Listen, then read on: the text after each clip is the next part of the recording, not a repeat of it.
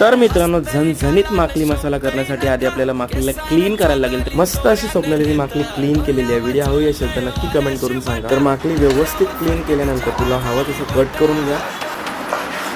आधी आपल्याला बनवायचं वाटण. तर वाटण बनवण्यासाठी तेल, कांदा, सुका खोबरा, आला लसूण हे सगळं व्यवस्थित ड्राय रोस्ट करायचं आणि त्यानंतर कोथिंबीर टाकून ग्राइंड करून घ्यायचं. वाटण आपलं तयार आहे. आता बनवणार आपण माकली मसाला. तर कढईमध्ये तेल टाकून लसूण आणि कांदा परतून घ्यायचा. त्यानंतर त्यात मसाले ॲड करायचे. तर मसाले व्यवस्थित मिक्स झाल्यानंतर त्यात माकली ॲड करून तिला 15 ते 20 मिनटं मीडियम फ्लेमवरती व्यवस्थित शिजवून घ्यायची.